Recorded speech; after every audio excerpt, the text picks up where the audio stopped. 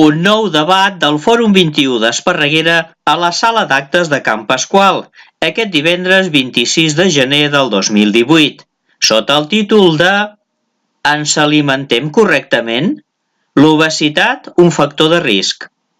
El debat comptaria amb la participació de l'Antònia Fortuny, naturòpata i dietista, i el Juan Soto Carmona, psicoterapeuta. La aniria a càrrec de la Rosa Maria Gomà, presidenta del Fòrum 21 d'Esparreguera. Tot seguit veieu el que vam gravar per tots vosaltres d'aquest interessant acte.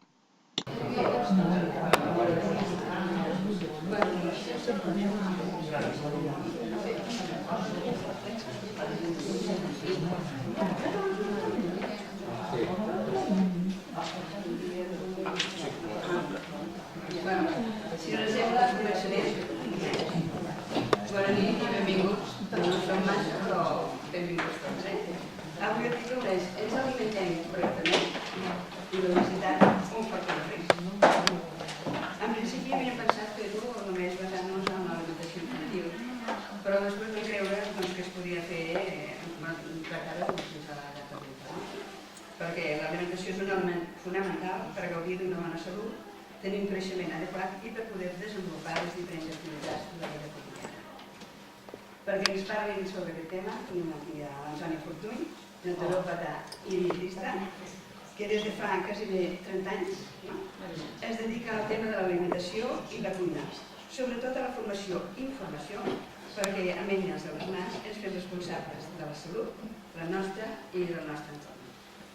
Juan Soto Carmona, psicoterapeuta, és enginyer amb molts anys dedicat al món industrial i al medi ambient i psicoterapeuta. Des de fa 12 anys té contacte amb el món de la psicoteràpia i la psicologia i actualment passa a consulta a Barcelona.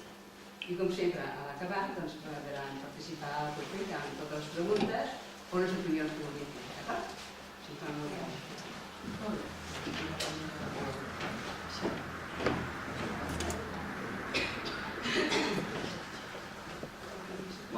Tenim aquí el que és la famosa piràmide nutricional. Això ens marca... Nosaltres en tenim una de petitona, la teniu anomenada. I amb volums de proteïnes, amb volums d'hidrats de carboni, el que sigui. Normalment, aquesta piràmide que veiem tan preciosa, el que tenim tendència és a invertir-la. O sigui, això és el que mengem més i això és el que mengem menys. Llavors, perquè les coses funcionin correctament, s'hauria de respectar aquesta piràmide. Jo primer us volia fer un apunt i diferenciar, per exemple, entre la nutrició i l'alimentació. És molt bàsic. L'alimentació és un acte voluntari. És l'acte que fem nosaltres de triar què mengem i que no ens ho mengem. I això és voluntari. Això és on podem canviar nosaltres les actituds. Però la nutrició no té res a veure, no és un acte voluntari. És el que passa dintre el nostre cos, la química que passa, segons el que nosaltres li donem. I aquí és on hem d'incidir. Si nosaltres li donem una bona alimentació, aquesta nutrició serà correcta, tindrem tot el que necessitem per sobreviure, per viure, per treballar, per estar en salut i per estar millor, de tot. Posa'm la segona. Aquesta és la que, diguéssim, ui, veu un ros? Sí. Bueno, però perquè la teniu, si la teniu us la mireu.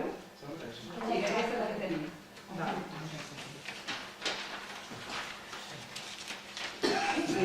Mirem-les una mica a la qüestió. Si veieu, la part de dalt, que diu grasses, margarines, mantegues, dolços, bolleries, carmenes, pastissos, begudes refrescants, gelats, embotits, carns greixoses, és el que mengem, hauríem de menjar ocasionalment, no cada dia.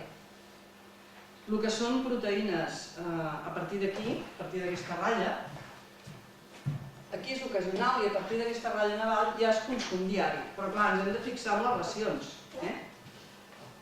Peixos i mariscs que ens diuen 3 o 4 racions a la setmana. Carns magres i aus, 3 o 4 racions a la setmana. ous, 3-4 racions a la setmana, llegums, 2-4 racions i fruits secs, 2-4 racions a la setmana. Si sumeu tot això, vosaltres esteu segurs que mengeu així, de distribuir?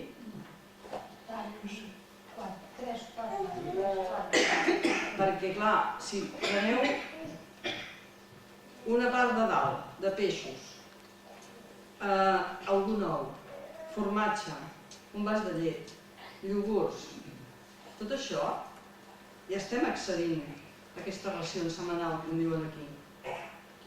I aquí és on tenim un problema ja de base.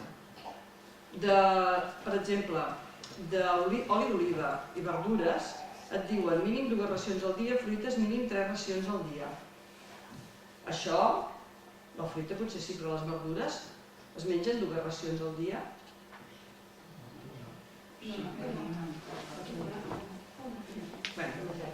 I pans i cereals integrals, arròs, carn i patates, 4-6 racions al dia. Això és més fàcil, que sí? I aigua. Aigua sí, però tampoc amb excés, perquè tenim una capacitat d'eliminació d'aigua. Llavors, si ens passem els 3 litres d'aigua i prenem tés, i prenem cafès amb llet, i prenem un suc de fruita, i mengem una sopa, estem sobrepassant la capacitat que tenim d'eliminació diària. I després tenim un altre tipus de problemes, que avui parlarem més que res del tema de l'obesitat, però també hi ha altres coses que apuntar. Quan ja passem a la tercera,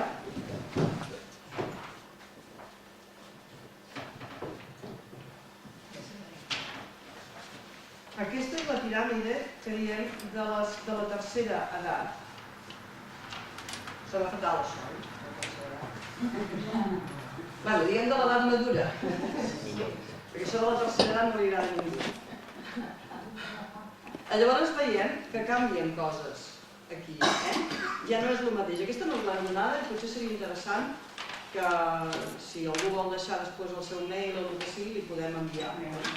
Perquè aquesta és molt interessant, perquè veieu que canvia la cosa aquí. Aquí ja et diuen de carns magres, aus, peixos, llegums, fruits secs, ous, 2 racions al dia. Al dia. Ous? Entre tot això. Huevos. Entre tot això hem de fer 3 racions al dia. O sigui, de carns magres, aus, peixos, llegums, fruits secs i ous, llet, iogurts i formatges, 3 racions i 2 racions. Per què? Doncs perquè quan necessitem potser una miqueta més de proteïna per no perdre massa muscular. Però continuem tenint els suplements, les grasses industrials a dalt de tot. Augmentem l'oli d'oliva, les verdures i les fruites igual, mantenim tot el que és el pa, l'arròs, la pasta, sobretot en formes integrals, després explicarem per què, i fixeu-vos que baix de tot, molt important, hi ha hidratació, perquè sobretot qui té iaios a casa no tenen mai set. Mai beuen aigua, si no els obliguem. No tinc set, però no és igual, ens hem d'hidratar, encara que no tinguem set. Bàsicament, aquestes 3 piràmides són el que ens marca una mica el que ens hem de fer per alimentar-nos correctament. Després d'aquí ja ve la voluntat de fer-ho. Què necessitem per sobreviure? Necessitem hidrats de carboni o glúcids, lípids i greixos, proteïnes, vitamines, minerals i aigua. Aquesta és la base de l'alimentació.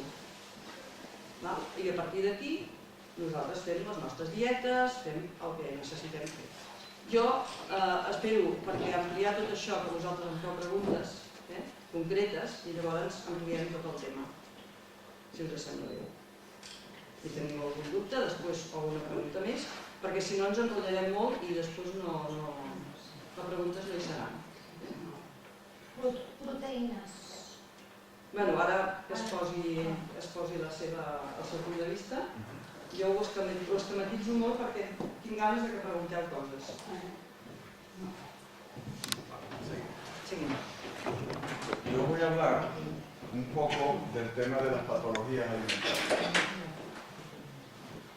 Básicamente el tema que estamos tratando aquí es la epidemia de obesidad que estamos teniendo aquí en España y en el sur de Europa también.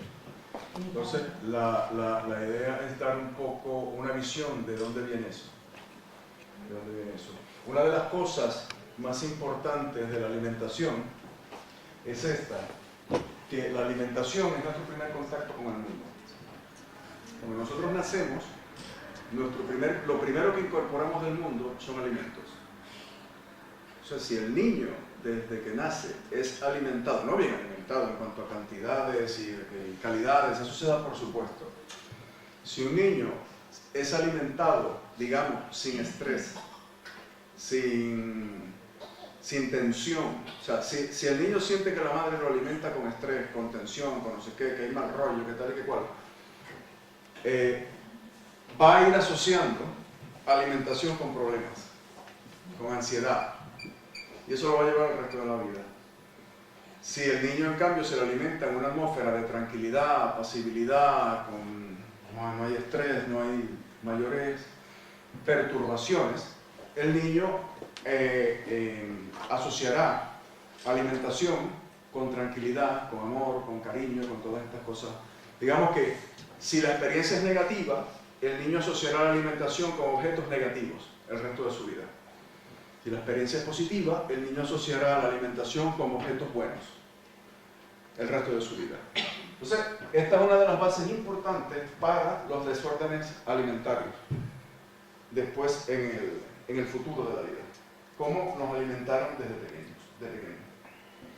¿Por qué? Porque resulta que a nosotros nos han enseñado que, por ejemplo, que el cerebro humano es la máxima expresión de la evolución de... Eso es cierto, pero también se paga un precio por eso, en cuanto a que el cerebro es súper adictivo. El equilibrio de neurotransmisores del cerebro hace que sea de los órganos más adictivos que pueden existir en el planeta y quizás en el universo. Entonces el cerebro se engancha rápidamente a cualquier cosa que le produzca placer o que le disminuya el displacer. Digamos que el ser humano, a lo que más le teme, nosotros somos animales orientados al placer. Y a lo que más le tememos es al dolor. Sobre todo al dolor psicológico, que le tenemos más miedo que al físico. ¿Por qué? Porque el displacer a nosotros es como si yo cogiera una ameba y le echo ácido. O sea, a nosotros nos quema el displacer, psicológicamente hablando. Entonces, para evitar el displacer, el cerebro es capaz de engancharse a lo que sea, con tal de huir desesperadamente del displacer. Lo que estoy haciendo es englobando los desórdenes alimentarios dentro del tema de las adicciones. Entonces, ¿qué pasa? Que en nuestro mundo moderno, industrial, nuestro proceso de crianza es muy estresante. Por ejemplo, yo he tenido pacientes, madres jóvenes, ¿y qué pasa con las madres jóvenes? Que el estrés de criar un niño pequeño es inimaginable, es terrible. Es terrible, ¿por qué? Porque el niño quiere monopolizar a la madre, la quiere poseer, la quiere para él, todo el tiempo, las 24 horas del día. ¿Por qué? Porque siente que si no está con la madre, está en peligro de muerte. Y entonces la reclama, pero insistentemente. Y eso es una presión importante a las madres, sobre todo a las primerizas. En nuestras sociedades más antiguas, más agrarias, más de pueblo, reclamando a la madre. Más de pueblo, ¿qué pasaba? Que todas las mujeres, o las mujeres que estaban alrededor de la madre, la ayudaban con la crianza. En los primeros, yo te lavo, yo te traigo comida, yo me quedo con el crío y tú te vas al mercado, este tipo de cosas. O te hago el paño de lágrimas porque ya no aguanto más. En cambio, ahora en nuestra sociedad industrial eso se ha perdido. Estamos con la familia nuclear, inclusive familias monoparentales. En la familia nuclear, ¿qué pasa? Está la madre metida en el apartamento de 60 metros cuadrados, sola, básicamente sola durante la baja laboral. Entonces, digamos, lo que quiero decir con todo esto es solamente un ejemplo, que nuestro proceso de crianza en estos medios urbanos hiperdensos, que hay que trabajar muchísimas horas, que hay que entregarle la vida y todo lo que sea el trabajo, todo esto, no hace que no vivamos en el mejor momento de cara a la crianza. Quizás hace 50 años, con todas las carestías que había un 50% de mortalidad infantil, hace 60 años. Pero digamos que el ambiente psicológico de crianza era mucho menos estresante que el de ahora. Con todo eso que la probabilidad de supervivencia física era menor. Y entonces el mundo industrial maquinista en el que vivimos se encuentra muy alejado de lo natural. Las relaciones humanas están muy lejos de lo que es natural, la crianza está muy lejos de lo que es natural y por supuesto la alimentación está muy lejos de lo que es natural. Y entonces el estrés es omnipresente. Nosotros desde que nacemos en el mundo industrial estamos sometidos al estrés. Fíjense que España, yo nací en Latinoamérica, yo vivo en España hace unos 30 años. Digamos que el ambiente donde yo nací es muchísimo más primitivo que el ambiente que yo vivo aquí en España. Lo que os quiero decir es que, por ejemplo, España tiene la ventaja de que aquí hace poco que las generaciones dejaron de ser campesinas. Quizás aquí hay 2 generaciones y ya cualquier persona, por lo menos la que yo he conocido, tanto pacientes como amistades y esto, tú le investigas 2 generaciones atrás y ya consigues a la gente que era campesina. Entonces eso es un activo de cara a tener una vida más natural. Por ejemplo, yo he vivido en Alemania y ahí se puede tener gente que hace 200 años que ellos no tienen ningún antepasado que haya sido campesino. Gente que lleva 200 años de generación en generación viviendo en ambientes urbanos e industriales. Lo mismo en Inglaterra, lo mismo en Norteamérica menos, pero sí por lo menos tú puedes conseguir gente que tiene 100 años, que no hay memoria ya del campo. Entonces, y a medida que la sociedad es más industrial, el problema de la obesidad es peor. Pero en Alemania, el problema de la obesidad es peor. Inclusive los alemanes, que son 4 veces más ricos que nosotros, tienen una esperanza de vida menor que la nuestra, 76 años, y aquí pasa de 80. Y en Estados Unidos, el 30% o el 40% de la población es obesa. Y en Inglaterra pasa lo mismo. Entonces, mientras más industrial es la sociedad, más obesidad hay.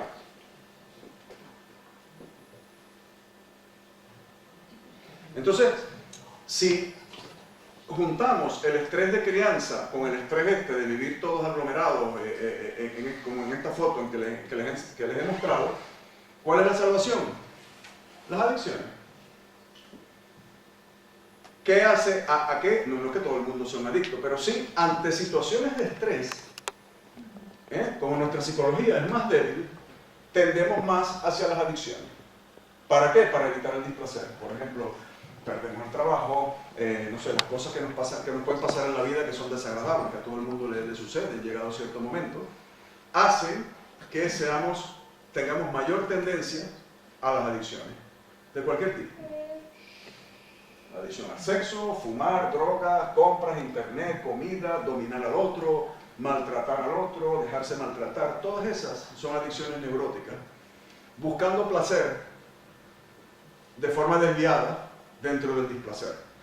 Digamos que el displacer se puede evitar de 2 formas. Uno es atacando la fuente del displacer y alejándome de eso. Si yo tengo una pareja que no me gusta, un novio, lo que sea, pues lo dejo, me voy a otro sitio, me busco otro o no me busco a nadie. Y está la forma neurótica de huir del displacer, que es inventándome una adicción que supuestamente me da un placer, mientras mi problema de fondo sigue funcionando. Entonces, ese es el mecanismo de las adicciones. Entonces, los desórdenes alimentarios, yo los englobaría dentro de las adicciones. Y las adicciones se sustituyen unas por otras, dependiendo de la situación y la disponibilidad y de la historia de la persona. Por ejemplo, una persona que haya sido malnutrida desde pequeño tendrá más posibilidades de caer en un desorden alimentario cuando la vida lo someta al estrés al que nos somete la vida a todos. Entonces, en la medida en que la sociedad sea más desarrollada, el nivel de estrés es mayor y por lo tanto la posibilidad de adicción en cualquiera es mayor. Y ahí se encuadran las patologías alimentarias. Y hay una clara correlación entre países, digamos, de una manera de vida más natural o más cercana a lo tradicional y los países más industrializados. Es clarísimo en todas partes. Entonces, ¿qué pasa con estas adicciones? Con la alimentaria, de la que vamos a hablar hoy, que el sistema hace negocio. Vivimos en un sistema que se trata de la reproducción del capital, y aquí de lo que se trata es hacer negocio con todo. Entonces, ¿qué hacen? El sistema ofrece una plétora de placeres para mitigar la sensación de displacer, la cual nunca satisface, porque el problema es otro. Y entonces la droga solo funciona mientras dura el chute. Este es el problema de todas las drogas. Claro, porque si la droga arreglara el problema para siempre, sería una maravilla, ¿no? Pero no, la droga solamente dura mientras dura el chute. Y entonces la demanda es infinita. El sistema nos ofrece una serie de cosas que supuestamente van a arreglar nuestros problemas, lo arreglan durante un momento, luego eso desaparece, y la persona vuelve otra vez a buscar el otro chute. Y entonces ya lo tengo enganchado. Se crea un mecanismo de adicción. Con las compras, échese el perfume, maquíllese con esto, etcétera, etcétera, y coma de aquello. Entonces, lo que os quiero decir es que en el mundo industrial que nos ha tocado vivir, existe un vector de estrés sobre toda la población, y encima, el medio ambiente, todo el tiempo lo está tentando a 40.000 adicciones que vende el sistema, entre ellas la alimentación. Lo que quiero decir es que no estamos en el mejor momento del mundo en cuanto a una crianza sana que nos lleve unos hábitos de comida sanos, y tampoco estamos en el mejor momento del mundo donde el medio ambiente, donde el entorno ayude a eso. Hace 50 años no había este problema porque la alimentación que había era la que era la natural, y no había otra cosa. Ahora no, ahora hay 10.000 opciones. Entonces, entre esas 10.000 opciones tenemos la industria de la alimentación procesada, que es lo que más se vende en nuestros supermercados. Si ustedes van a cualquier supermercado, desde el más bueno hasta el más malo, desde el más caro hasta el más barato, ustedes verán hileras e hileras e hileras e hileras llenos de cosas procesadas. Y lo no procesado es una minoría del supermercado.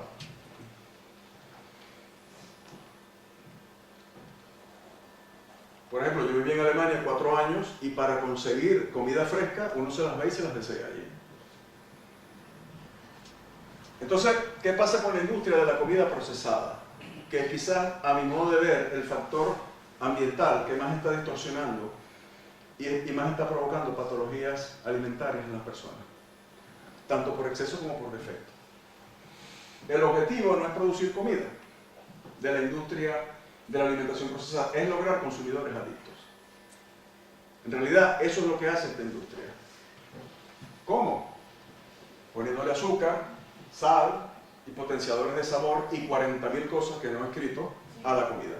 ¿Con el objetivo de qué? De que cada vez que yo me la tome, genero serotonina en el cerebro, qué bien, qué tal, qué cual, y después, a la media hora, ya estoy otra vez en la nevera o en el súper, comprando otra vez de lo mismo. Todos esos aditivos que le ponen a la comida procesada,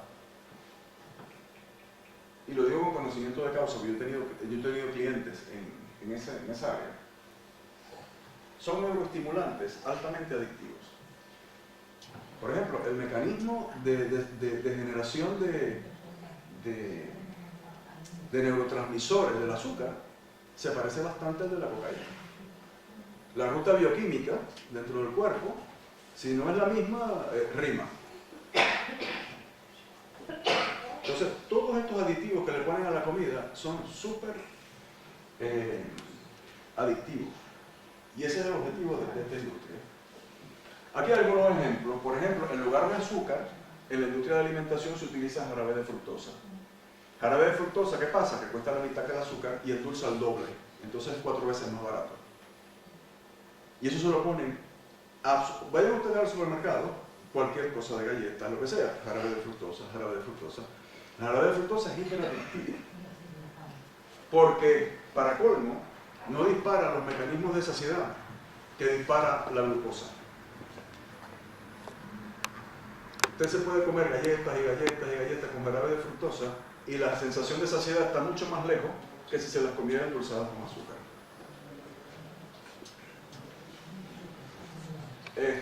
Siempre que hablamos de estas cosas sale la Coca-Cola, por supuesto, que es inevitable. Pero bueno, la Coca-Cola, todas las bebidas refrescantes, todos los zumos, esto que nos venden zumos naturales, exprimidos de fruta, no sé qué, todo eso está endulzado con jarabe de fructosa, que es muy barato. La otra es la utilización de las mantecas animales. Todo lo que es la bollería industrial, por ejemplo, está hecha en base a mantecas animales. ¿Por qué? Porque es muy barata. Mantecas animales se extraen de las carcasas de los mataderos, de lo que queda allí. La llevan a una fábrica, con vapor les traen la manteca y eso es lo que utilizan para hacer bollería industrial. También se utiliza mucho aceite de palma. Sí. ¿Por qué se utiliza el aceite de palma? Porque el precio ha bajado por debajo del de la manteca industrial. Ya, vamos a... Aceite de palma, hace tiempo que no compro Vaya, pero vamos a dejarlo para el final. tostadas y resulta que me encontré con una caja que compro de calidad, aceite de palma. Sí, sí. Tostadas. Entonces, ¿qué pasa? Que la industria de la comida procesada va haciendo la comida procesada con todo lo más barato que vaya encontrando en el mercado. Tienen un departamento de compra y ellos van ahí investigando y haciendo sus cosas y siempre van comprando lo más barato que van pillando por todas partes. Y luego está el tema de la hidrogenación de aceites, por ejemplo. La hidrogenación de aceites es un truco muy bueno para que si yo tengo 1 litro de aceite, de allí saco 2 litros. Yo me cojo el aceite, me lo llevo a una planta de hidrogenación, bien sea de oliva, de maíz, de lo que sea, me lo llevo a una planta de hidrogenación, le inyecto hidrógeno a presión y a temperatura con un reactivo de zinc, de níquel en el medio, de níquel, que eso es un catalizador. Y entonces el aceite absorbe el hidrógeno y se convierte en el doble de volumen. Yo lo he multiplicado por 2. Luego le filtro el níquel y lo envaso. Claro, por el filtro también pasará algo de níquel, pero bueno,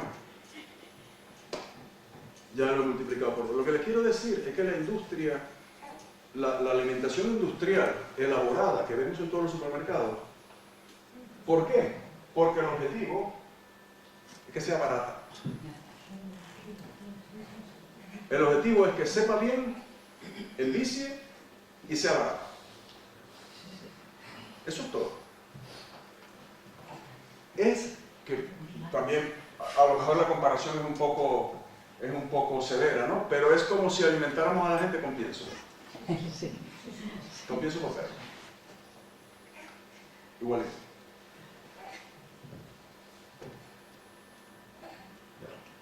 ¿Por qué?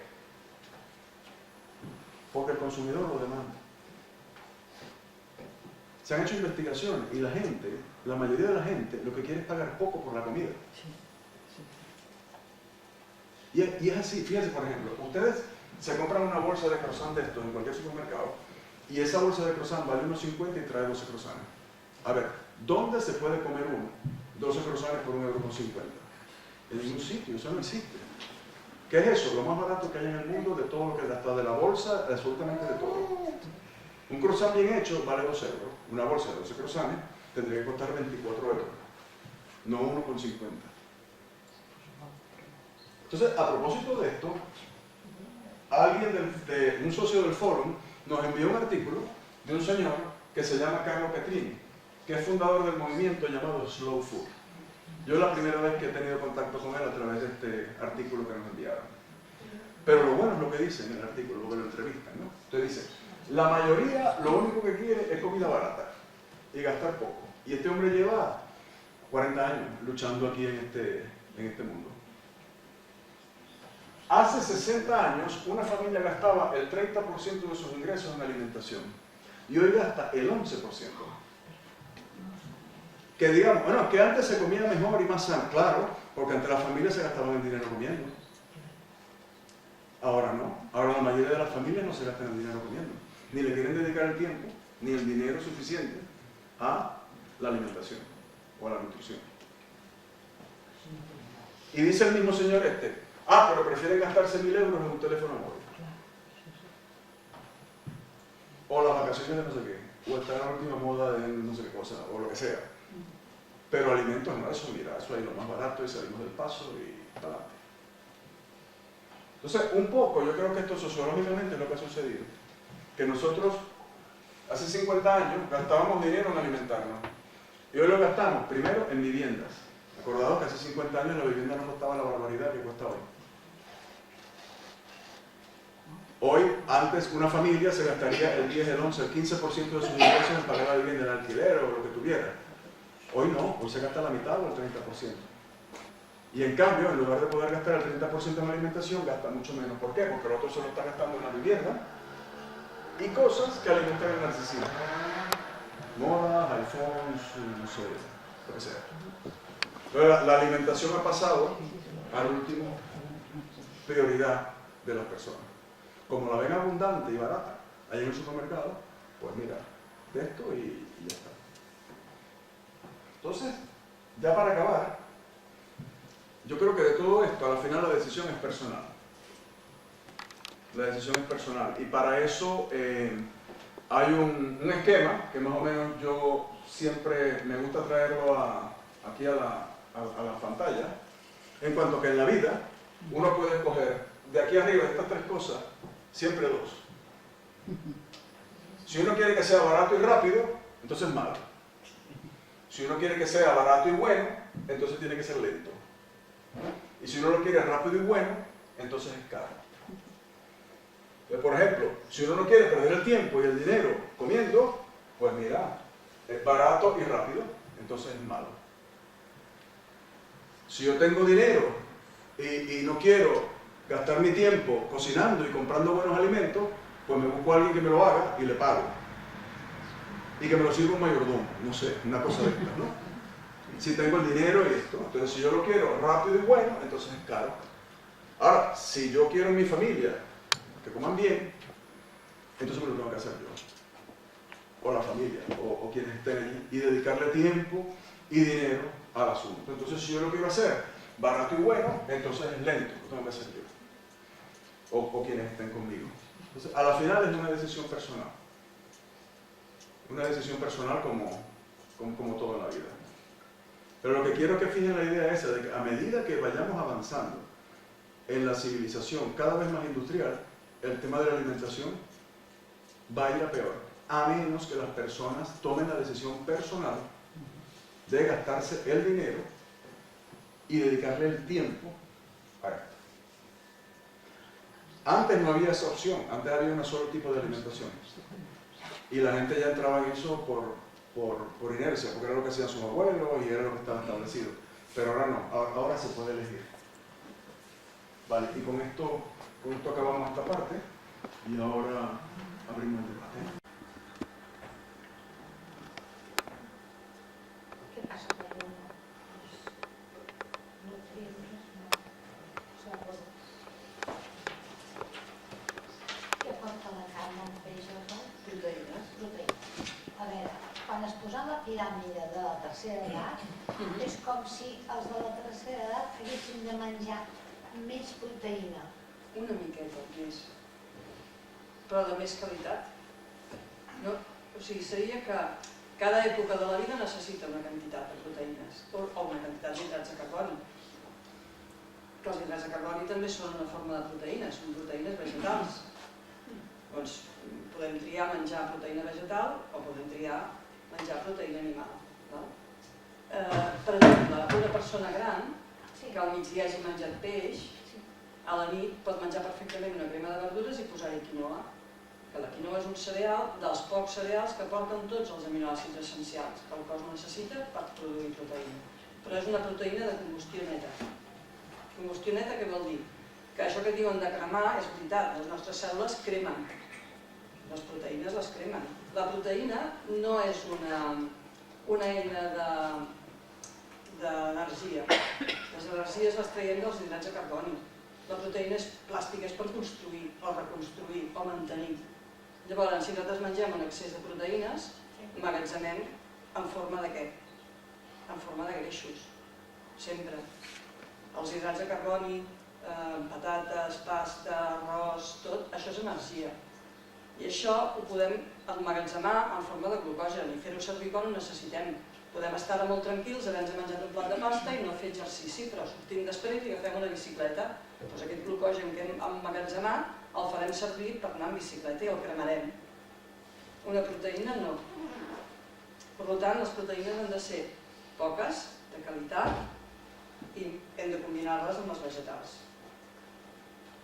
I les persones grans tenen que menjar un altre tipus de proteïna barrejada. Per això, si t'hi fixes, bueno, tu no la tens.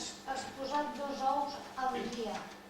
Espera, busco la de la tercera edat. Això m'ha cridat l'atenció. No, s'ha de triar. No és que s'hagi de menjar tot.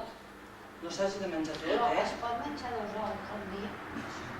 És que estem parlant de carns magres, aus, peixos, llegums, fruits secs i ous, 2 racions. Però entre tot això, no de cada cosa. S'ha d'escollir una cosa. S'ha d'escollir una cosa. Però els 2 ous, vale. No cal que mengis 2 ous. I una petxuga. No, si tu... No. O mitja, un 2 racions vol dir que tu pots menjar No, ja està. una petxuga al migdia i una miqueta de peix a la nit. Sí. O menjar-te fruits secs. Sí. O menjar-te... Aquí, per exemple, no està incluïda la quinoa, però formaria part d'aquestes proteïnes.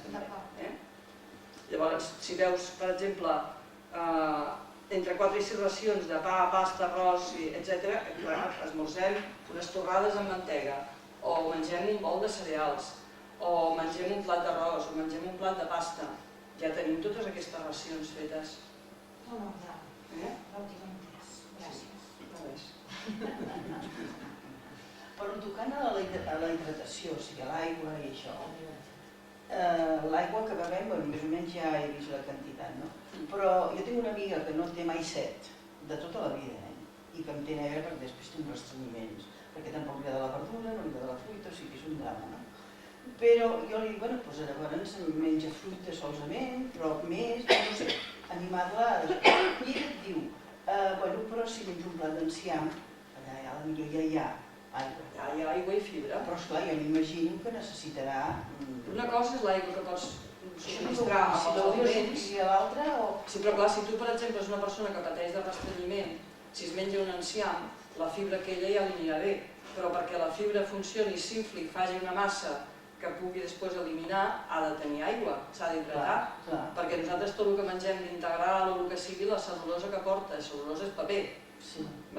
Doncs l'arròs integral, la pasta integral, això si ens ho mengem sol, sec i sense l'aigua ens farà una bola que ens produirà més restrenyiment encara. O sigui, nosaltres necessitem hidratar-ho perquè allò es pugui digerir i es pugui inflar el budell i ens faci una massa que puguem eliminar. Per això que jo és el que penso. Però tan dolent és hidratar-se molt com hidratar-se poc, Que tan dolent és hidratar-se molt com hidratar-se poc. Sí, sí. Hem de tenir mesura. Jo penso que la base de l'alimentació, de qualsevol alimentació, sigui la que sigui, és la mesura. La mesura i entendre moltes coses de les que deia ell. Nosaltres encara tenim la sort de viure en un poblet, en un poble. Nosaltres tenim un mercadillo aquí, un mercadillo dels dijous, que hi ha molta roba i moltes coses, però encara venen pagesos a vendre'ns coses.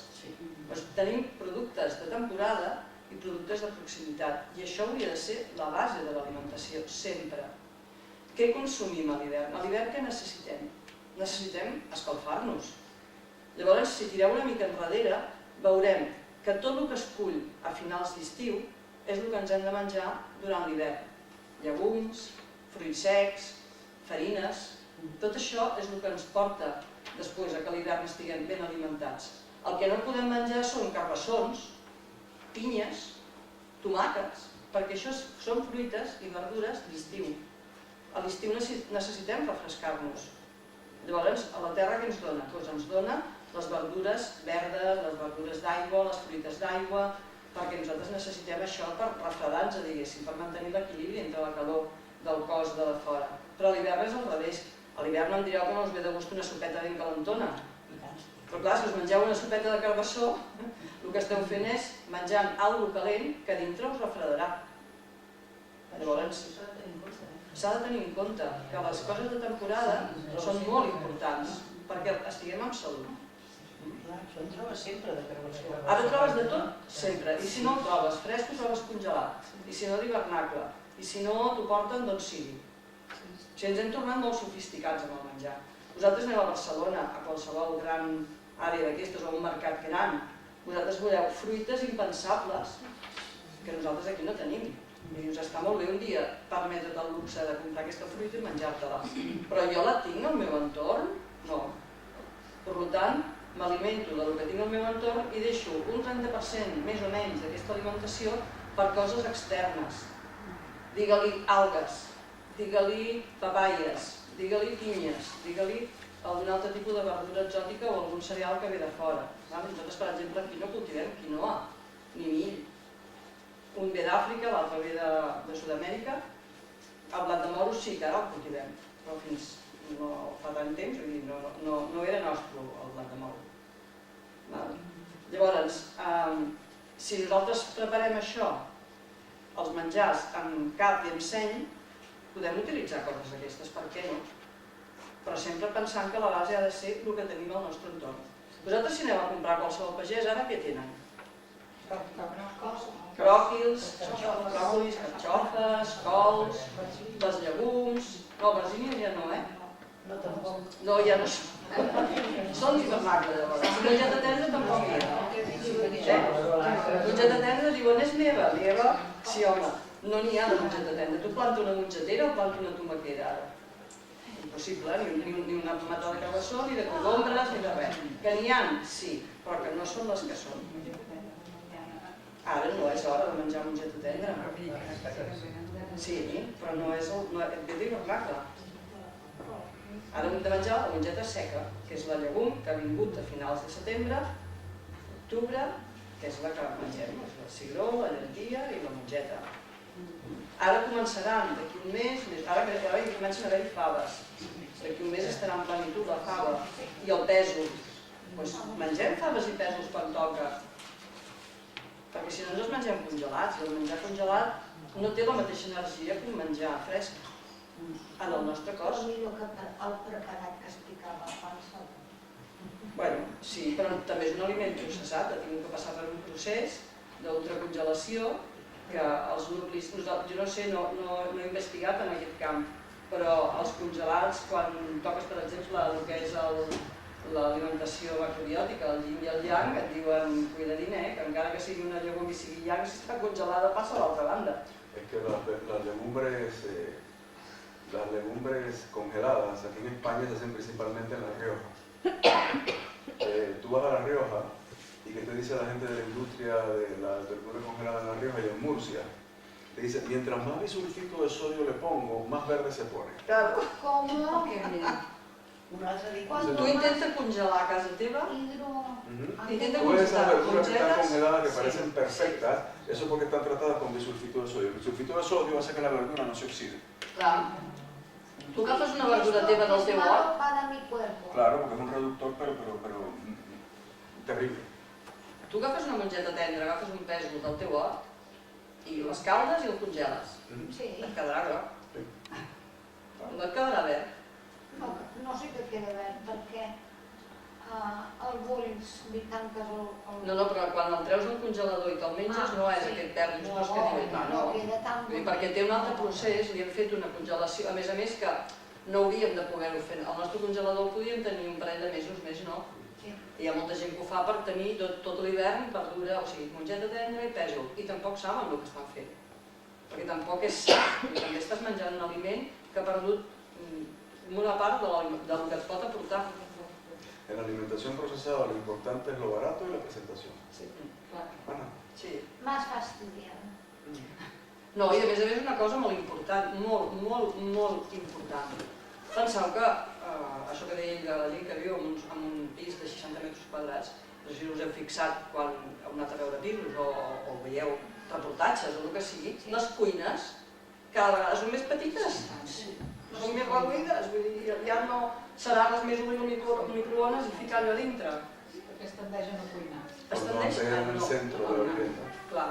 Llavors, l'acte de cuinar no solament és cuinar, és prendre's no sé com explicar-ho, a veure, perquè m'entengueu. Ja sé que tothom té feina i que tothom treballa i que anem tots molt estressats i que tenim que tenir coses fàcils per fer. Però també és qüestió d'organitzar-se. Vull dir, ens podem organitzar i podem fer menjars fàcils que no costin de fer. No hem de ser esferificar res, ni rogenar-lo, ni no sé què. No, hem de fer els menjars, quan més senzills són, més de temporada són i més naturals són, més en salut estem. Vull dir que és així de fàcil. I menjar sa tampoc és tan car. Tampoc és tan car.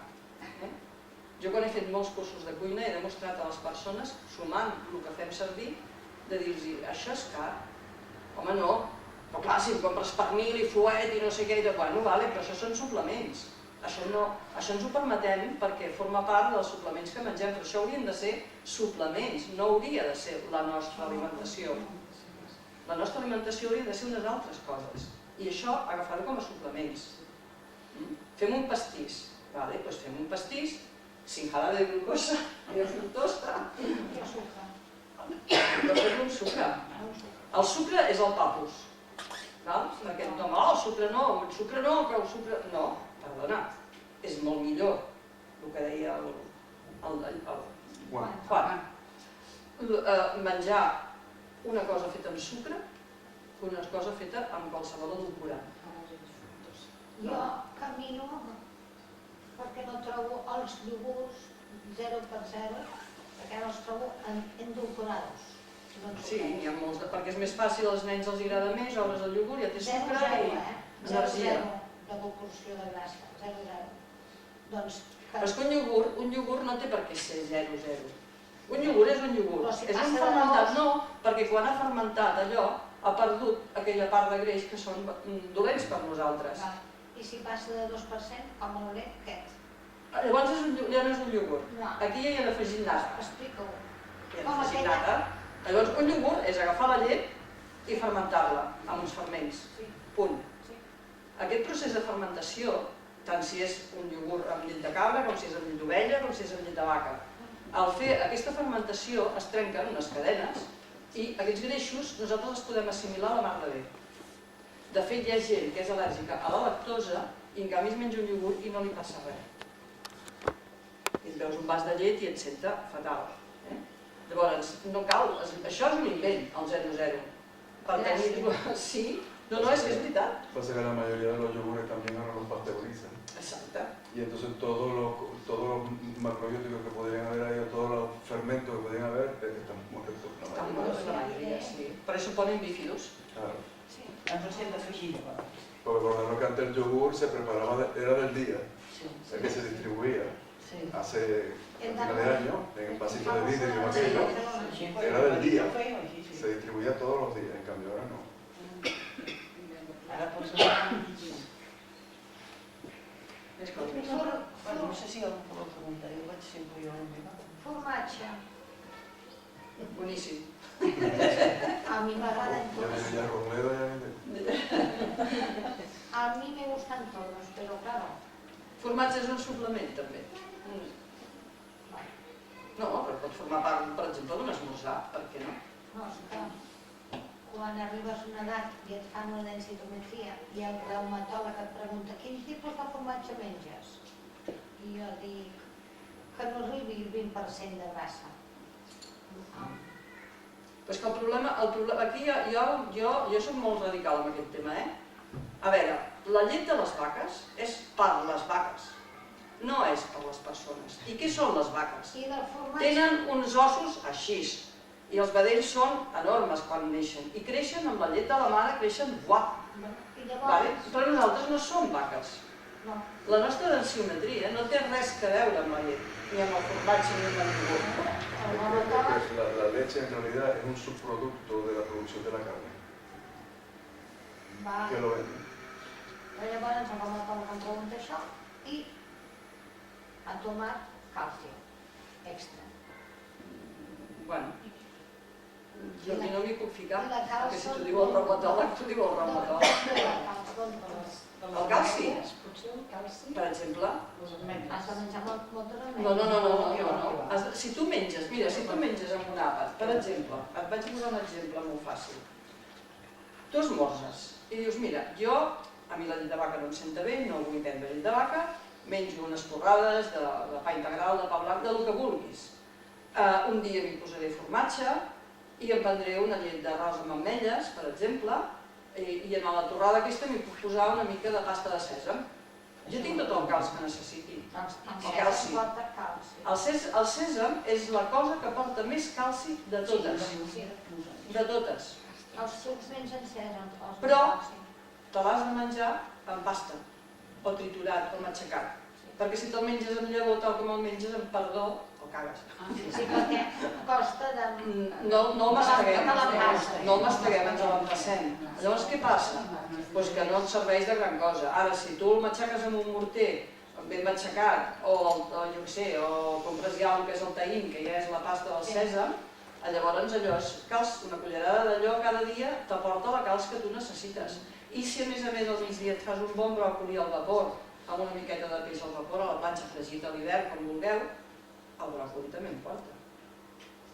M'encanta. És que clar, tenim a la mà moltes coses i moltes eines per no arribar a que ens diguin preneu això, preneu allò, preneu aquí, preneu allà. A no ser que tinguem una patologia. Aviam, cuidado, estem parlant d'alimentació, no estem parlant de res més, hi ha addiccions, però patologies ja és diferent. Hi ha persones que tenen patologies complicades i que necessiten suplementació. De fet, la gent gran et diuen suplementació per ells quan a vegades han de prendre vitamina D, perquè no prenen prou el sol. Vull dir, clar, a vegades hi ha gent que no pot prendre el sol, perquè estan prenent alguna medicació que els impedeix prendre el sol. Vull dir, clar, és que estem entrant en unes patologies que llavors ja no... Ara estem parlant de persones normals. No, estava preguntant allò del formatge, la llet... Els formatges quan més tendres i menys secs són, més baixos en greix són, encara que tu els compris baixos en greix. Un formatge tendre mai té el mateix greix que un formatge curat. Això és molt... Una altra pregunta. Que s'animi algú més, si ens pregunta la Laia. Que aixeca el dit, algú. No, la Marta Ferrato que va fer així. Que no veig a ningú. No, fes, però sí, que tot el que dius ja serveix. Allà baix hi ha una. Espera, un moment, digue'm. Mira, Maria Antònia, he vist que començaven a parlar de la gent que tenen alguna patologia o alguna cosa d'aquestes. Jo m'hi he estat mirant la piràmide aquesta, per exemple, jo tinc una hèrnia de hiato. D'aquí gairebé no puc menjar res. És una patologia. Ni làctics, ni llets, ni verdures, ni fruites que siguin acidoses. Hi ha d'haver-hi alguna cosa substitutiva per tot això. Perquè si no ja em diràs tu quines vitamines mengem nosaltres, perquè és que no pots menjar res. Gairebé. Jo ja vindré a veure que em facis una piràmide. Això que quasi bé no es pot menjar res... Jo tinc el que a mi m'ha donat la doctora de l'estómac i clar, això no ve, doncs llavors què menjo? Perquè no pots menjar tomata, fruita... Però nosaltres, per exemple, jo treballo també en un tema que algunes de vosaltres ja em coneixeu i ja sabeu, que és el tema dels grups sanguinis. Cada grup sanguini, o sigui, de la mateixa manera que no ens podem barrejar els sangs, només un, doncs d'aquesta mateixa manera els aliments ens fan una petita aglomeració, o sigui una petita acumulació de lectines, que el que ens fan són petits coàguls, i ja ens prohibeix, el mateix cos ja ens prohibeix menjar aquells aliments. Llavors, hi ha unes llistes més o menys, que no tothom les segueix ni tothom les té que fer, però que, per exemple, està comprovadíssim, a més, jo vaig fer un curs tot un estiu amb la Universitat de Granada i ens ho demostraven in situ, o sigui, van agafar un grup A, un grup B, un grup O i un grup AB, i vam fer un caldo de pollastre. I llavors amb un porta, que és un vidre, vam posar una gota de caldo de pollastre i cada grup, o sigui, el grup A va posar una gota de sang, el grup B, i ho vam barrejar. El grup B i el grup AB, automàticament aquella sang es va aglutinar, es van fer tot de coàguls, i en canvi els altres grups no.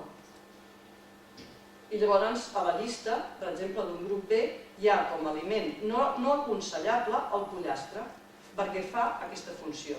Si agafes tot el resta dels grups, excepte l'O i fas això mateix amb un caldo de tomàquet, et passa exactament el mateix. L'únic que se salva d'aquests petits coàguls és el glucó. El resto no se'ls pot menjar ningú. I tothom menja tomàquets.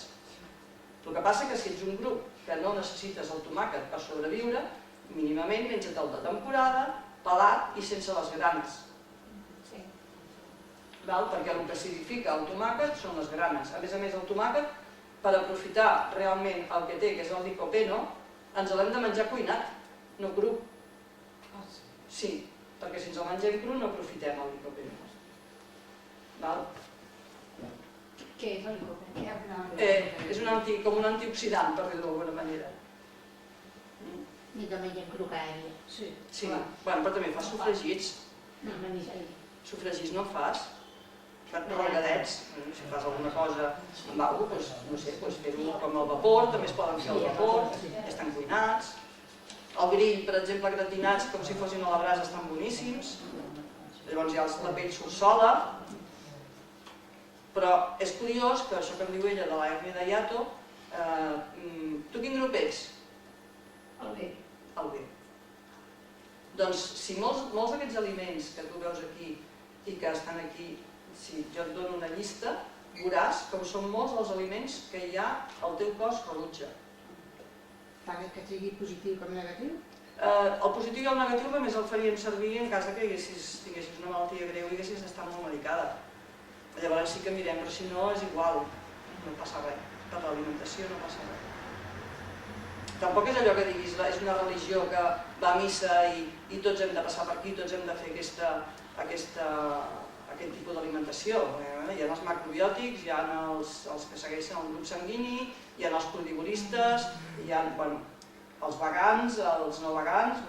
Jo tinc una amiga, per exemple, que és vegana per necessitat, perquè té un problema al fetge i és al·lèrgica a totes les proteïnes animals, absolutament totes, incluïdes les càpsules de gelatina, que a vegades són càpsules d'animals, fins a això. I he tingut que passar per l'hospital diverses vegades i he tingut problemes amb els medicaments precisament per això, per la gelatina de les càpsules. O sigui que aquella persona és en extrem vegana perquè no té més remei. Però bueno, vegana vol dir que pots menjar absolutament de tot, menys bitxos i coses que vuelen, que naden i que rastreen. I és una persona que fa muntanya, vull dir que està fibrada, que esquia, que fa de tot, Vull dir que no és una persona que diguis, està molt limitada. I parlant d'això de les addiccions, avui hem vist aquesta notícia de que la gent es torna boja per comprar Nutella barata. Jo... ¿A ti qué te parece? Marta, cuando se descubrió América, que Europa no conocía el azúcar ni el chocolate, nunca lo habían probado, eso era como la cocaína. El nivel de adicción que se llegó a alcanzar con el azúcar y el chocolate en Europa en el año 1500, 1600, era equivalente al de la cocaína, que no se podían desenganchar, se le ponían los dientes negros, a la gente se le caían y se morían de diabetes, porque es que no podían desengancharse del chocolate y del azúcar. Y otra cosa que es muy adictiva, aunque no lo parezca, son los quesos curados, porque la caseína es muy adictiva. La caseína, que es la proteína de la leche, genera en el cerebro opioides naturales del cerebro, que tienen como una 10ª parte de la potencia del opio, más o menos. Cuando nosotros nos hacemos una herida, duele, pero al rato como que no duele, se queda eso como anestesiado. Esos son los opioides, el cuerpo empieza a liberar opioides. Entonces esos opioides se liberan también con la caseína del queso. Entonces sobre todo los quesos curados, manchegos y estos que vienen bien concentrados, esos vienen bien servidos de caseína, por eso son tan que bueno, provoca, ¿verdad? Y provocan además una reacción, no comes mucha cantidad, pero la reacción va directa. Va directa. Es una satisfacción. Es lo único que yo he ido a las neveras a buscar. Estuve trabajando 2 años en el estudio de una persona, en un particular, yo iba allí a dibujar en su casa y tal, en su estudio, y la mujer porque era su casa, estuvieron a punto de echarme porque iba a la nevera a cogerles queso de Gruyère cada día 4 o 5 veces. Y no me daba ni cuenta. ¿Tú sabes qué hacer con la... Bueno, y ahora lo hago en casa, cada día. ¿Tú sabes qué hacer con Solo como la... queso. Con la caseína de la leche? La extraen industrialmente de la leche, la envasan y la utilizan para echársela a la comida rápida, por ejemplo. A las patatas fritas, a la carne, a todo eso. Eso sí, roncal o flor de lleva. Otras cosas ya no. Com les marques de les camises. Sí, però això no, No, dic en general, cada marca, ja, les formatges. Pero escucha, una cosa muy extraña. Hacíamos números aquí con Marta hoy en mediodía y yo como que no he comido nunca Nutella, nunca en mi vida, no me gusta. Le decía, pero... No ho saps, ¿Eh? que no ho saps. No, tampoco, es que no, es igual. Però que hi ha l'aspecte i no hi ha l'aspecte. No, pero yo le decía, para ahorrarte 2 euros en un pote de Nutella, debes comer mucha Nutella a la semana, porque si no vale la pena ir a hacer cola. Que no veus aquell anunci que els nens estan tots dormint i els pares allà disfressats de tot, amb tambors, i els nens es lleven i baixa la mà a la cuina i fa xic. No, si això està molt bé, però si tu t'has d'estalviar 2 euros a la setmana o al mes en Nutella, perquè aquests la venen al 50% més barat, no deu compensar a fer cua. No ho tens, això. Es que la dinámica es al revés. Sí, pero tampoco. La dinámica es al revés. Como es un vicia, entonces utilizo la excusa de que es un 30% más barato y me como un tarro entero. No n'hi begut. En canvi, el formatge em fa mal. I és el que dic el senyor, el roncal, flor de lleva, quan més sec, Més curader, més bo. no, me n'estic, que jo no fan mai formatge amb pa amb tomàquet ni res. A trossets, la nevera i tot. Dic, com que no m'he dit, tinc de menjar formatge, jo fos amb els diners. Dic, tinc de veure fer calci, també. Bueno, no pateixis que el calci tampoc no passaria. Jo quan vaig, als 40 anys vaig operar-me de l'emotiu i vaig anar a un homeòpata per millorar l'estat de salut així en general i el primer que em va treure va ser la llet. I jo em vaig començar a trobar fantàstica, No és que em bevés molta, però bueno, cada dia era el típic, no? Un got per molts dies. I jo preocupada li vaig preguntar què faré llavors sense la llet. I em va dir-ho del tein, del sèsam. I dels 40 anys als 70, diguem, estic 30 anys sense llet. I la Margarida tampoc, per això. A mi, com que ja no li vaig jo dir, la llet que no em volia, o sigui... Els homes tenen molts menys problemes amb el calci i el calci. Però a mi m'han fet diverses proves de cetosis per diferents motius i el ginecòleg em diu que fa 10 anys o així i em va dir que ja em feia 20, que jo estava en aquesta situació i em va dir, vols que et digui una cosa, et felicito, No havia vist mai cap dona a la teva edat amb aquests ossos. I és que li vaig dir, doncs mira, et donaré el nom del taïm i dic, recomana'l, perquè esclar, és una concentració, una torradeta al dia o així, que per esmorzar jo Pots menjar així. una culleradeta. Té gust de cacauet torrat, vull dir, no té... I això és molt calci. Mira, jo tinc 66 anys. No fa gaire temps me'n van fer una. Sí, mirant, perquè jo tinc un problema de tota la vida de petita, tinc els glòbuls vermells molt petitons i clar, amb les regles i tot això, doncs sempre he tingut el ferro molt justet. I llavors sempre m'han anat controlant amb aquestes històries. I si m'ho trobo bé. Sempre estava fantàstica. Jo no he menjat llet mai. Bueno, quan era petita. Però llet d'adulta, no. Iogurts, mai de la vida. No hi ha iogurts a casa meva. Formatges, bueno, mira, ara ens hem polit mig formatge de búfala, perquè ens encanta el formatge de búfala. Hombre, està boníssim. Està boníssim. Però si no, nosaltres no... Una cosa, abans has dit una cosa que m'ha encuriosit, que s'ha de beure molta aigua, que jo sempre poso un dubte que hi hagi algú al món que bevi 8 gots d'aigua al dia. Jo crec que això és una gent urbana, ningú fa. Bueno, us dic una cosa. Beure massa aigua no és dolent. Explica-ho una mica, trobo. És com si tu agafes una ampolla, Però l'ampolla clar, té una persona, capacitat. beure més de 8 litres d'aigua, de 8 gots d'aigua, ja ajuda. Però és que no solament és l'aigua, és que clar, nosaltres estem parlant de líquids. Tu no camines pel pal. Nosaltres si prens una llet o prens el que sigui, sigui vegetal o sigui de l'altre, si et fas un te, si et fas una infusió, si menges enciam, si menges unes sopetes, tot això és líquid també. Nosaltres tenim una capacitat d'eliminació i si no, es magatzem al final de les cames, fem edemes, fem coses que no toquen. Hi ha gent que diu, tinc les mans molt inflades, o se m'inflen els tornells, o això. Quan averigues una mica, a vegades poden ser patologies, però quan averigues una mica aquella persona, algú li ha dit que s'ha de beure 3 litres d'aigua al dia. I ella com una santa es beu 3 litres d'aigua al dia. I no es pot eliminar això, no hi ha capacitat per eliminar-ho. Bueno, no és impossible de ser, però si tu agafes després i mesures els pipís que fas, més l'aigua que necessites per sobreviure, te'n sobra molta. Doncs mira, jo em passo setmanes sense beure aigua. Això no és bo. És que ni la provo. I em va dir el metge, has de beure aigua. Dic, mira, et faig el caldo amb aigua perquè em veig obligada a posar-hi aigua. Dic, jo l'aigua no la tasto. No la tasto. L'aigua és necessària per fer una neteja. Sí, però jo veig que per lo que no veig, però vaig molt al lavabo. Si estic a casa, igual vaig ser tot vegades. Ara, si surto de casa, si surto a les 9 i torno a les 11 de la nit, no me n'en recordo d'anar al lavabo.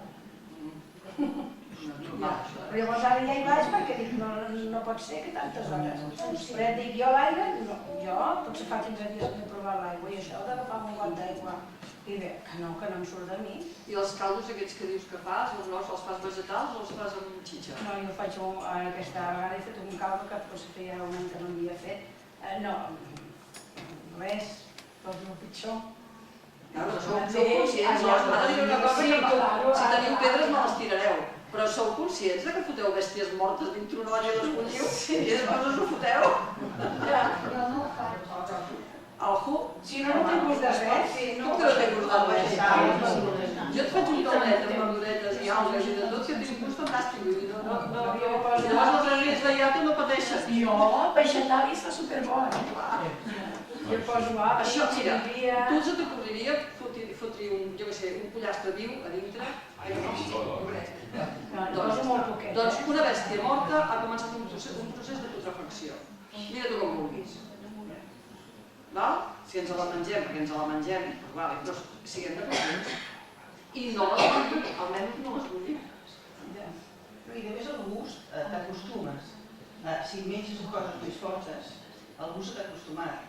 A la que comences a simplificar el gust dels caldos. Perquè és el que deia la mà, És que t'hi vas acostumant. A més, ara no sé si heu vist fa pocs dies un reportatge que a mi em sembla molt interessant sobre els antibiòtics. Sobre els antibiòtics. A la indústria farmacèutica no li interessa fabricar antibiòtics, ni experimentar, ni investigar. Per què? Perquè és una cosa puntual i no és de continuïtat. Per tant, no serveix. Què passa? Que la gent s'automedica. Tinc un grip, com que tinc una mica de tosseta i tinc no sé què, em fotré aquest antibiòtic i ja sí que una vegada el van acceptar i em van a dir. I te'n vas a la farmàcia i el farmacèutic et diu sí, pren-te'l, que et anirà bé.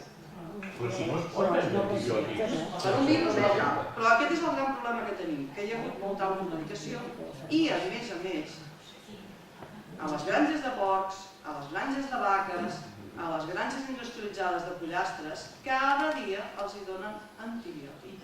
Cada dia. Perquè no es posin malalts. Y eso no van en pastillas, van en bidones de 20 Eso sí. I això ens ho mengem nosaltres, perquè les pastioletes, encara que les matin, ni les desanguin, ni les madurin, ni les facin no sé què, els antibiòtics o els restos d'antibiòtics no se'n van. Això d'acord.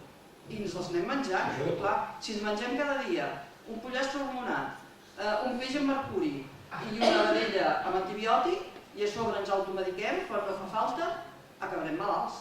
Però un pollastre criat a casa no té res, Com? Que un pollastre criat a casa No, si te'l cries a casa tu no, però li has de donar gra que tampoc estigui tractat. Perquè venen a la plaça. A les places ara s'ha posat de moda vendre pollastres de pagès. No, els industrialitzats tots són iguals. Els pollastres de pagès. Sí, hi ha els ecològics, els de pagès i els normals. El millor és l'ecològic. Aquest et costarà un pollastre de 2 quilos i pico, et costarà 32 euros, i aquest que hormonen te'n costarà 10. Però llavors, quina és la solució? Doncs no menjar tant pollastre i menjar-lo bo? Sí, menjar una quantitat i Jo no tinc la solució. Conill, que no el poden enredar amb... El conill és l'animal més medicat que hi ha. Els animals m'adegueu a menjar.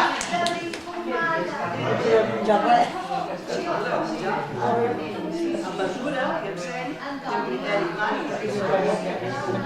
Els conills, quan estan en castivitat, tenen tendència a fer el que se'n diu el cap gros.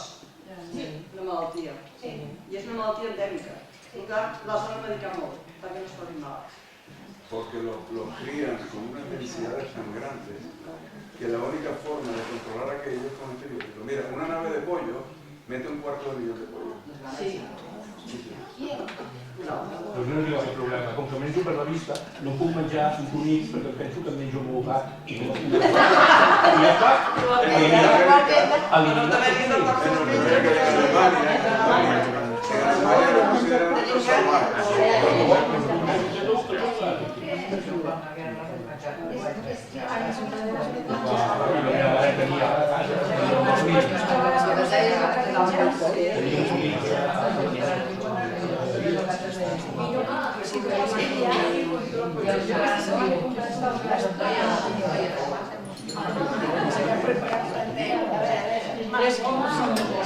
No, té una base. El que passa que és... Nois, que m'està preguntant aquesta noia pel tema dels macrobiòtics, si és una moda o no és una moda. Té una base. És una base d'un senyor que va descobrir que ell estava malalt i la seva senyora tenia un problema i van investigar. Com totes les coses, sempre hi ha algú que investiga sobre algun tema. I van descobrir que eliminant una sèrie de coses de l'alimentació i introduint-ne unes altres com a base, la gent millorava patologies i es trobava més bé i tal. Ara no es diu macrobiòtica, ara es diu alimentació energètica. L'alimentació energètica és menjar una base, bàsicament és la piràmide, si us la mireu, la base és el cereal. El que passa que és diferent del pa, per exemple, doncs els macrobiòtics o digue'ls com vulguis, mengen molt poc pa, si és que en mengen, i si mengen ha de ser un pa amb llevat mare, etc. Mengen molta verdura, mengen alguna proteïna, vegetal o animal, entren poques, sobretot el que és més llunyà a nosaltres amb l'espècie. Què és el més llunyà que tenim amb l'espècie? Els peixos. Però passa que els peixos estan supercontaminats, però bé. Ara, després fem un incís. El següent que ve són les aus. Les aus, després els ous, els mamífers i els làctics és l'última adquisició. Per aquest ordre hem d'anar de més a menys. O sigui, el que més hauríem de menjar serien peixos i aus i el que menys els quatre potes i els derivats. Llavors, ells diuen que si agafes un plat i el divideixes per la meitat del plat hauria de ser algun cereal. Una tercera part, una quarta part d'aquest altre plat que et queda hauria de ser una llegum, una altra quarta part hauria de ser verdura crua, una altra hauria de ser llavors o suplements o algues, el que siguis, i l'altra hauria de ser la proteïna. Amb la qual cosa, si tu mires bé, no té cap secret. És pràcticament el que diguem de la piràmide. És un plat únic que te'l fas tu a la teva mida. Exemple, podem fer un arròs integral, la llegum hi podem posar uns pèsols, ja tenim una part d'aquí, si li poses una o dues gambes, que ells, els macrobiòtics, consideren que la gamba es pot menjar, fas una pastanaga ratllada amb 2 fulletes d'enciam, unes quantes pipes de carbassa o pipes d'una llavor d'aquestes, i ja tens el teu plat macrobiòtic. La famosa quinoa, la famosa quinoa, que ara està molt de moda. Sí. Què és? Per mi és fantàstica. Per mi és un cereal el més complet que hi ha. Com la fan? Jo, de totes maneres. Però faig amb paella, moltes vegades fem paella de quinoa. Amb quinoa vermella i quinoa blanca, una paelleta, agafes una sapieta d'aquestes negres i fas la sapieta, fas com un rehogadet de verdures i poses en vez de l'arròs la quinoa. Boníssima. I si no, amb flocs, a totes les cremes de verdura quinoa. I pastissos també es fan amb quinoa. També, amb farina de quinoa. Però les xafes o les... No, ja existeix, ja hi ha els xafats. Llavors la tires a la sopa i res. Agafes, ara per exemple, que és el temps bo de la carbassa, que a mi a més ara, això que dèiem de les addiccions, tu fas una bona crema de carbassa i tot te lo llena tot, perquè és dolça, és agradable. Vull dir, tu fas una cremeta de carbassa amb una mica de ceba, una miqueta de porro, hi poses quinoa, jo hi poso algues, després ho tritures tot, un cop està fet, i després hi pots ficar una mica de salsa de soja, perquè li pugi una mica el sabor, no hi poses sal, o li pots posar una miqueta de miso. Això és un plat macrobiòtic també, però és un plat d'aquí. L'únic que incorporem és una miqueta de miso o una miqueta de salsa de soja per donar un punt, trencar el miso, per no afegir sal cru, per no afegir sal. La sal és un altre tema, Sí. Per nosaltres no és tema. Tinc una pregunta. A mesura que ens fem grans, no tenim tanta energia. I l'energia del cos, com? Depèn. De com mengem. Aquesta és una. I també depèn de l'enfoc. Jo tinc una mare en quasi 93 que té una energia que no me la cal dir. Faci balla. És capaç de fregar-se la casa ella sola, d'estendre la roba... Aleshores té una digestió fantàstica, no? Menja quinoa cada dia, Llavors, perquè li faig jo la sopa. té prou energia per la combustió de l'aparell digestiu, diríem, no? Té prou energia de reserva. Clar, és que, mira, jo per exemple, et poso l'exemple de la meva mare perquè farà 93 anys, val? Ella està sola, té... Gràcies, també tinc el pare encara. A veure, ella, per exemple, és una persona molt... No la treguis de les seves històries, però fa molts anys que funcionen així. Ella, a més, el seu esmorzar és sempre el mateix. Pa d'espelta integral, amb una compota de pruna sense sucre i sense res afegit, o sigui, una natural.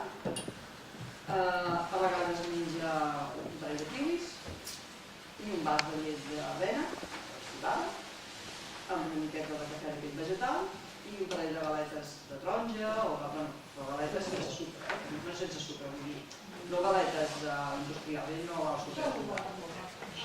Esmorza sempre això. I dinar? Bueno, depèn. Sí, jo li cuido moltes coses perquè ella, cuinar, sí que ja se'm veu un punt molt, potser el que li costa més. Un dia, jo sempre li faig una olla gran de crema de carbassa i de ceba amb molta quinoa i a vegades inclús li poso una miqueta de polenta, després li trituro tot, li fico les algues, li fico el miso dintre i tot, perquè ella només s'ho té que escalfar i ja està. Llavors, el dia que té mandra, menja sopa per esmorzar perquè no hi per sopar. Per esmorzar no, però per dinar, doncs sí. I llavors menja alguna cosa, una miqueta de peix o una mica de pollastre ecològic, i ja li faig jo també, li sol portar fet així al vapor i la seva vida és aquesta. No, jo la compro a casa teva, diguéssim, no? Però em van dir que, bueno, la teva filla em va dir que no, que no estan hidrogenades. Ah, això. I no porten oli de palma. Ah, vale. Però bueno, la margarina no deixa de ser un oli solidificat. Ja. Bueno, jo em poso una mica amb el pa d'espelta al dematí i marmelada a sobre, diguéssim. Però això també és una cosa que hem incorporat i de fet no la necessitem. Perquè el mateix efecte et faria un raig d'oli. Bueno, és l'esmorzar, m'hi poso una mica. Tu no has menjat mai pa amb oli i xocolata? I tant, sí. Està boníssim. Més bo que la margarina amb xocolata. Això no pots canviar, no? No, el xocolata em va dir el metge que el fetge no li feia res, que queda, que no... També depèn de la que mengis, clar. No, home. I sempre a partir d'un 75% de cacau. Sí, xocolata negra. Això és que m'agrada la margarina, m'agrada més que l'oli. Després ja em vaig amb oli, no? Però bueno, no sé. Bueno, la margarina, si tens alguna cosa dintre de la margarina. No, esto de la margarina hidrogenada. No, això no està bé. No, jo vaig No, preguntar... la margarina comercial que se consigue en cualquier superficie, La mayoría son hidrogenadas. Això ho heu de mirar sempre. Hay que mirarlo. Eso no quiere decir que no existan margarinas que no son hidrogenadas y estén bien hechas, pero... Us ho vaig preguntar i Sí, tenim 3 classes i les 3 classes són sense no porta molt i la palma, però bueno, no deixa de ser una cosa que era líquida i que va fer sòlida, perquè és un procés industrial. Que parlem d'alimentació, estava pensant tota l'estona amb el meu avi i en el que havia dit el Juan. El meu avi per esmorzar menjava un plat de seques, amb cansalada, tenia un porronet de guiallà, que ell deia que el feia xericar, però esclar, aquell bon home ja que més. Portava 2 hores ja acabant i quan acabava d'esmorzar tornava a la terra i dava aquella pega. Pero a lo mejor se gastaba 4.000 calorías al día. Exacte. Fíjate, por ejemplo, la gente que va al Polo Norte, estas expediciones que van, tienen que comer 5.000 calorías al día. Però ara, esclar, si féssim això seria una barrabassada, perquè després anem a seure amb l'ordinador, i la 5.000 Però això és una altra... Això és una cosa quan ens alimentem. Quan mengem també hem de tenir en compte quin tipus d'activitat fem, perquè activitats, qui fa activitats d'aquí? Qui fa alguna cosa d'activitat? Activitat aquí que veus aquí. Física?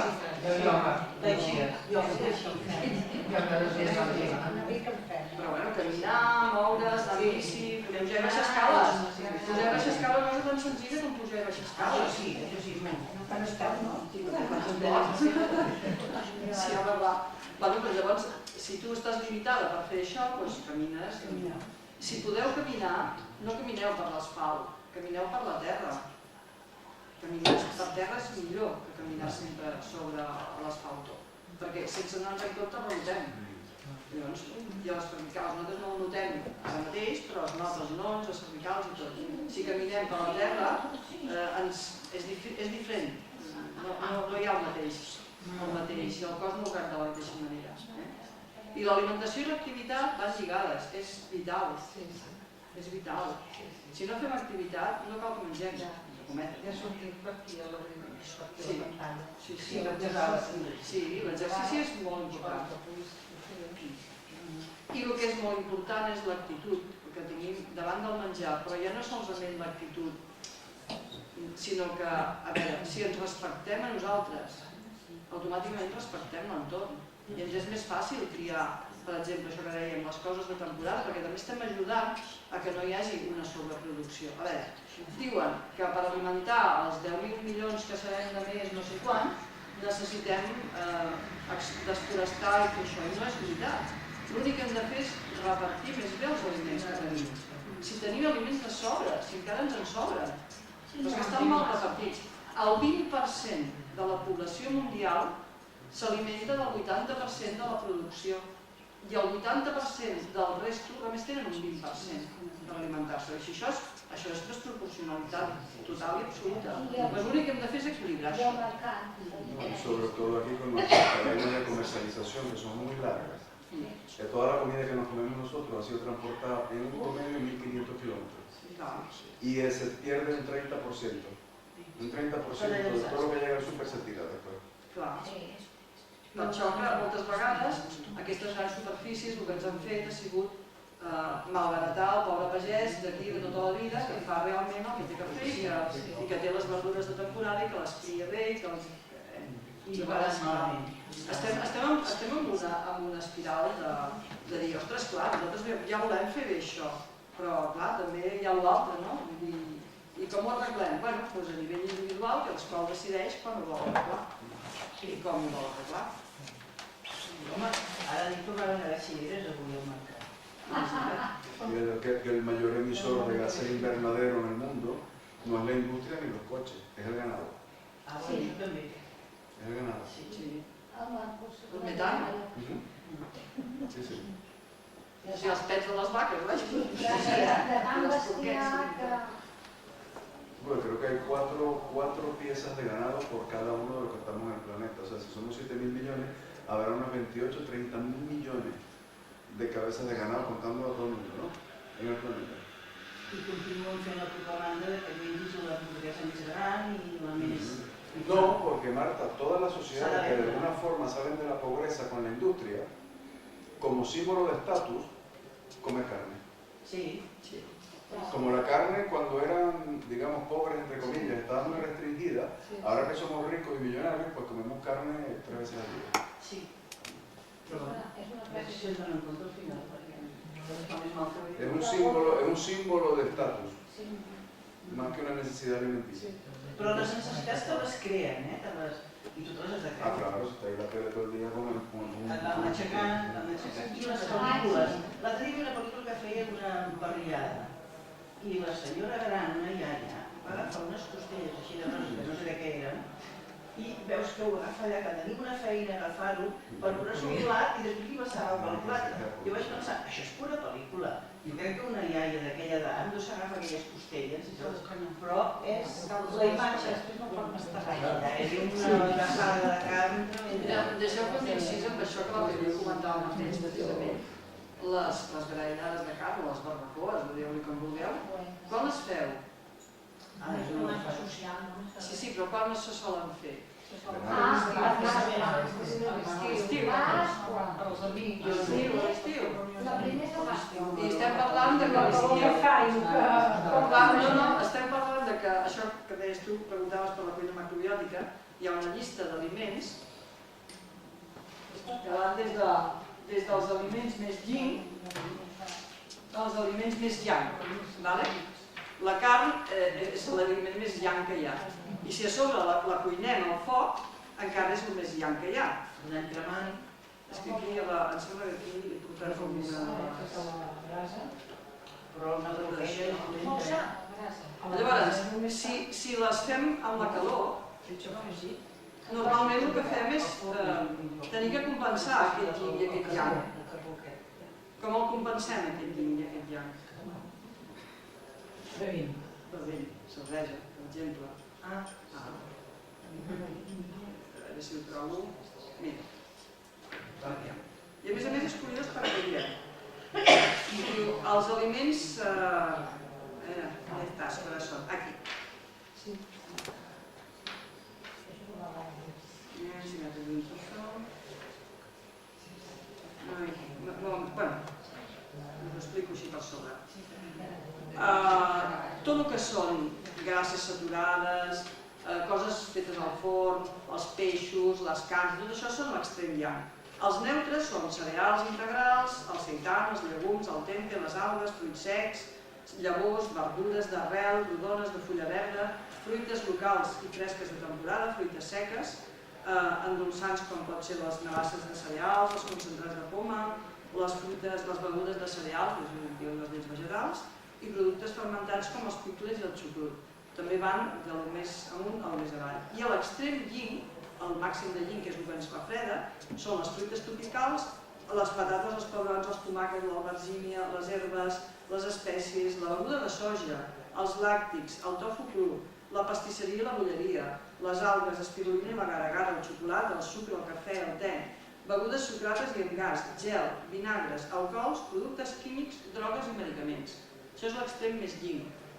Clar, si nosaltres fem una barbacoa amb xitxes i tot això, que és molt yang, podem compensar-nos amb un cafè amb sucre, amb una beguda, una cervesa, amb alguna cosa d'aquestes. Però, a part dels aliments, després també tenim els extrems yang, per exemple, què ens fan en el cos. Els